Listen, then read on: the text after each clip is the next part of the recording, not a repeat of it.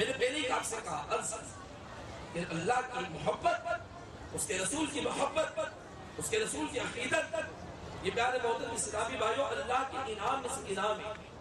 یہ بہت بڑا سرمایہ ہے. کوئی نعمت آپ کو مل جاتی ہے دنیا والے خوش ہو جاتے ہیں. اگر آپ کو اچھا جاب مل جائے حکومت میں تو خوش ہو جائے گی. گورنمنٹ پلازا سے نکل کے پرائیویٹ بلڈنگ میں آ جائے تو آپ خوش ہو جائے گی. آپ کی سیلری میں انکریمنٹ ہو جائے تو آپ خوش ہو جائے گی. آپ کے عہدے میں ترقی ہو جائے تو آپ خوش ہو جائے گی. آپ کا بیٹا ڈاکٹر بن جائے تو آپ خوش ہو جائے گے. آپ کے گھر میں کوئی انمول چیز آ جائے تو آپ خوش ہو جائے گے.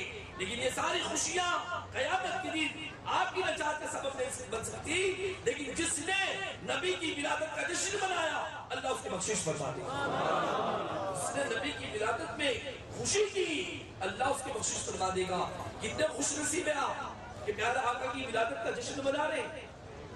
آپ نے ولادت میں خوشیوں میں جلوس نکالا، نعت پڑھی، شرم نہیں آئی. آپ تو جھجکتے بھی گئے. وہ کیا دیکھ رہا ہے دیوانگی میں آپ نے یہ عمل کیا. آپ نعرے لگا رہے تھے، جھوم رہے تھے. تو یہ کس کا طریقہ ہے؟ عام مسلمان کا طریقہ نہیں.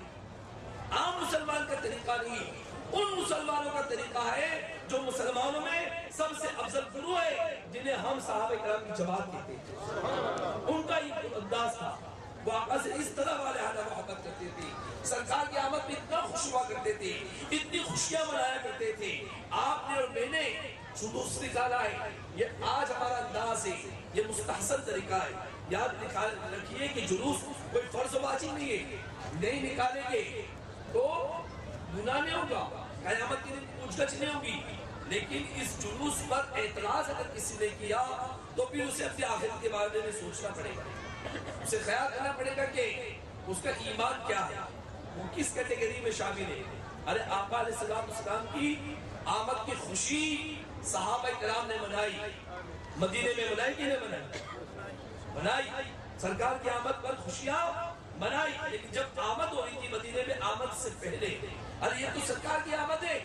میرے آقا مدینے والے مصطفیٰ صلی اللہ علیہ وسلم کی ولادت باسعادت جب ہونے والی تھی تو سرکار کی ولادت کا جشن خود خانہ کعبہ نے بنایا. خانہ کعبہ نے بنایا تھا ولادت کا جشن. حضرت ابن مطلب رضی اللہ عنہ فرماتے جو ہمارے آقا مدینے والے مصطفیٰ صلی اللہ علیہ وسلم کے دادا جان ہیں، آپ فرماتے میں حرم کعبے میں تھا، کعبے کے قریب تھا، اور میں نے دیکھا کہ اچانک خانہ کعبہ کی عمارت کو وجد آ گیا. وہ دائیں ہوا پھر بائیں ہوا اور اتنا جھک گیا کہ جس طرح آدمی کوئی رکوع میں جھک جاتا ہے. میں بولا یا اللہ یہ کیا ہو رہا ہے؟ یہ محیط تھے نا، اللہ کو ماننے والے تھے، ایمان والے تھے. یا اللہ یہ کیا ہو رہا ہے؟ آپ ابھی یہاں یہ سوچ ہی رہے تھے. وہاں سے صحابہ دوڑتی بھی آئی اور حضرت عبدالمطلب کو خوشخبری دی، مبارک ہو کہ آپ کے بیٹے عبداللہ کے گھر میں ایک نورانی بچہ پیدا ہو گیا ہے. ایک نورانی بچہ پیدا ہو گیا ہے. یار محترم اسلامی میں جمیل قادری کیا خود فرماتے ہیں، بت شکن آیا یہ کہہ کر سر کے بل پر گر پڑے، جھوم کر کہتا تھا کعبہ الصلاۃ والسلام. میرا آقا کی جب ولادت باسعادت ہوئی مواہب الدنیا میں، کہ جنگلوں میں خیوش و خیول کا بھی جشن منایا. جانور یہاں سے وہاں دوڑے، ایک دوسرے کو مبارکبادی دینے لگے کہ نبی آخر الزمان تشریف لے آئے.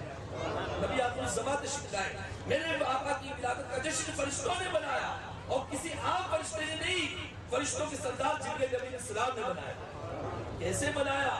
جھنڈے لے کر آئے، خانہ کعبہ کی چھت پر جھنڈا لگایا، طور سینا پر ایک جھنڈا لگایا، ایک جھنڈا مشرق میں لگایا، ایک جھنڈا مغرب میں لگایا. حضرت آمنہ فرماتی ہے وہ جھنڈے میں نے دیکھ لی، سارے حجاب اسے ہٹا دیے گئے اور تھوڑی دیر میں میرے وطن سے میرا بیٹا محمد پیدا ہوا. میرا آقا علیہ السلام کی ولادت کا جشن خانہ کعبہ نے بھی بنایا، چرید و پرندے بھی بنائے. اور کس نے بنایا؟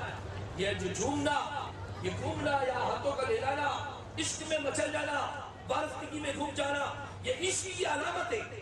میرا آقا علیہ السلام جب جبل احد پہ آئے، جبل احد پر آئے، پہاڑ مدینہ منورہ میں، اللہ آپ سب کو جلدی مدینہ دکھائے. وہ جبل احد کیا میرے آقا فرماتے ہیں، جبل احد مجھ سے محبت کرتا ہے. جبل احد مجھ سے محبت کرتا ہے. جب آقا نے یہ فرمایا تو سارے صحابہ جہاں جبل احد سے محبت کرنے لگے. پہاڑ کو چھونے لگے. ایک تھا جبل عید کا پہاڑ مدینے میں ہے جس پر دکارہ دجال کرنے والا ہوگا. جبل عید میرے آقا نے فرمایا یہ پہاڑ مجھ سے بغض رکھتا ہے, مجھ سے نفرت رکھتا ہے معاذ اللہ. جیسا ہی صحابہ کو سننا تھا سارے صحابہ نے جبل عید کی طرف آنکھ کر کے اس کے اوپر لعنت بھر سکتے. سرکار سے بغض رکھتا ہے, سرکار سے بغض رکھتا ہے. صحابہ نے اپنی زبان قال سے نہیں زبان حال سے دے دیا جو تمہارا نہیں اسے ہم نے اپنے دل سے نکال رکھا ہے, اپنے دل سے نکال دیا ہے, اس کی کوئی عزت نہیں. جبل احد آقا آپ سے محبت کرتا ہے, ہم بھی اس سے محبت کرتے. جبل عید آپ سے نفرت کرتا ہے, ہم بھی اس سے نفرت کرتے. جو آپ کا چاہنے والا وہ ہمارا چاہنے والا ہے, جو آپ سے نفرت کرنے والا وہ ہم سے نفرت کرنے والے ہیں. جو آپ کا عاشق وہ ہمارا عاشق. یاد نبی میں رونے والا ہم دیوانوں کو ناپ پر آیا وہ پھر بھی اپنا لگتا ہے. ناپ پر آیا اپنا لگتا ہے. اگر وہ سکا بھی ہو تو اس لیے صحابہ کرام اسے برداشت نہیں کرتے تھے. صحابہ کرام اسے برداشت نہیں کرتے تھے. تابعین برداشت نہیں کرتے تھے. نبی کی محبت میں اتنے ڈوبے ہوئے تھے, اتنے ڈوبے ہوئے تھے. سرکار کے عشق میں کیا کہنے. میں جبل احد کی بات کہہ رہا تھا کہ سرکار کی آمد پہ اس نے بھی خوشی کی. کب خوشی کی؟ جب میرے آقا مدینے والے مصطفیٰ صلی اللہ علیہ وسلم جبل احد پہ تشریف لائے. آپ کے ساتھ تھے حضرت ابوبکر صدیق بھی تھے, حضرت عمر فاروق بھی تھے, حضرت عثمان غنی بھی تھے رضی اللہ تعالی اجمعین. یہ مقدس جماعت جب جبل احد پہ آئی تو احد کو محبت میں جوش میں جھومنے لگ گیا, جھومنے لگ گیا. اس کو وحش آ گیا, ہل گیا جبل احد. جیسے ہی جبل احد ہل گیا میرے آقا علیہ السلام نے اپنی مقدس ایڑی جبل احد پہ ماری, جبل احد پہ ایڑی ماری اور فرمایا اے احد تو ٹھہر جا کہ تجھ پر اللہ کا ایک نبی, ایک صدیق اور 2 شہید موجود ہیں. جبل احد ٹھہر گیا, ٹھہر گیا. اعلیٰ حضرت عظیم المنقد الشاہ امام احمد رضا فاضل بریلوی رضی اللہ تعالی بغض کا علم نگاہوں سے ہٹائی ہے. اور اس مادہ کلندر کی میں سب کتاب کی دعوت نہیں دیتا, صرف ہدایت بخشش کی دعوت دیتا ہوں کہ ہدایت بخشش اٹھا کے پڑھیے. اس کا شروع سے کلام لے کے آخر کلام تک, مقتے سے لے کے رفاعت تک ایک ایک شعر قرآن و حدیث کی تفسیر نظر آتی ہے, ایک ایک شعر قرآن و حدیث کی تفسیر نظر آتی ہے. اعلیٰ حضرت رحمۃ اللہ علیہ فرماتے ہیں ایک ہی ٹھوکر میں احد کا زلزلہ جاتا رہا, ایک ٹھوکر میں احد کا زلزلہ جاتا رہا. احد کتنا بڑا پتھر ہے, کتنا بڑا پہاڑ ہے, 4 میل پر 6.something کلومیٹر پر پھیلا ہوا یہ پہاڑ, 4 میل پر اتنا مزدار پہاڑ. اس پہ ایڑی ماری میرے آقا نے, ایڑی ماری. جو معاذاللہ کہتے ہیں کہ نبی ہمارے جیسے نعوذ باللہ, یہ عقیدہ جو رکھتے ہیں بدبخت, یا اپنی کتاب میں رکھتے ہیں یا اپنے دل میں چھپاتے یا تنہائی میں جو ان کا خیال کا مل جاتا ہے. جس طرح کے سرکار کے زمانے میں بھی لوگ تھے جو بظاہر کلمہ پڑھ کے ایمان لائے تھے لیکن دل میں ان کے نفاق تھا. وہ سامنے تو تعظیم کرتے تھے اور اکیلے میں ملتے تھے آپس میں تو خوش طبعی کرتے تھے, دل لگی کرتے تھے. معاذ اللہ خوش طبعی نہیں, سرکار کی مذاق اڑاتے تھے, ہجوم کرتے تھے. نعوذ باللہ من ذالک. سرکار علیہ السلام سے محبت ایمان ہے اور سرکار علیہ السلام سے بغض یہ ایمان کے خلاف اور کفر ہے. قرآن نے اس کا فیصلہ کیا. کچھ لوگ جو تھے جنہوں نے ایمان لایا اور غزوہ تبوک میں سرکار کے ساتھ چلے, جب اکیلے میں تنہا میں جمع ہوئے تو کہنے لگے دیکھو نبی کی غیب, یہ نبی غیب کی خبریں دیتے اور ہم جھوٹا ایمان لائے اور انہیں پتہ بھی نہیں ہے, انہیں پتہ بھی نہیں ہے. ایک نے کہا تو اس کے ساتھ جو ساتھی تھے منافق جو ساتھی تھے وہ ہنسنے لگے.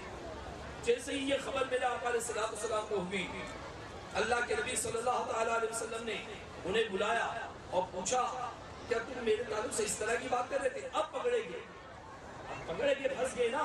تو یہ منافقوں کی علامت ہوتی ہے یا رسول اللہ, یا رسول اللہ, ہم تو دل لگی کے لیے کر دیتے ہیں. پتا چلا جو منافق ہوتا ہے نا جب کسی ایمان والوں کے درجے میں آتا ہے تو وہ بھی یا رسول اللہ بولنا شروع کر ہی دیتا ہے, وہ بھی جھوٹے ہی تعریف کرنا شروع کر دیتا ہے, جھوٹی پھر زبان کی لوگ سے یاد کرنا شروع کر دیتا ہے. دل میں کوئی تعظیم نہیں ہوتی ہے. ارے تعظیم دل میں ہو تو ایمان کامل ہے, مومن کون ہے. اعلیٰ حضرت رحمۃ اللہ علیہ فرماتے مومن ہے وہ جو ان کی عظمت میں مرے دل سے، مومن ہے وہ جو ان کی عظمت میں مرے دل سے، اور تشبیہ کرے تعظیم ہاں مرے دل سے۔ مومن وہ ہے جو نبی کی عظمت پر دل سے مر جائے، جو جذبہ صحابہ میں تھا، دل سے مرتے تھے۔ تو سرکار نے پوچھا میرے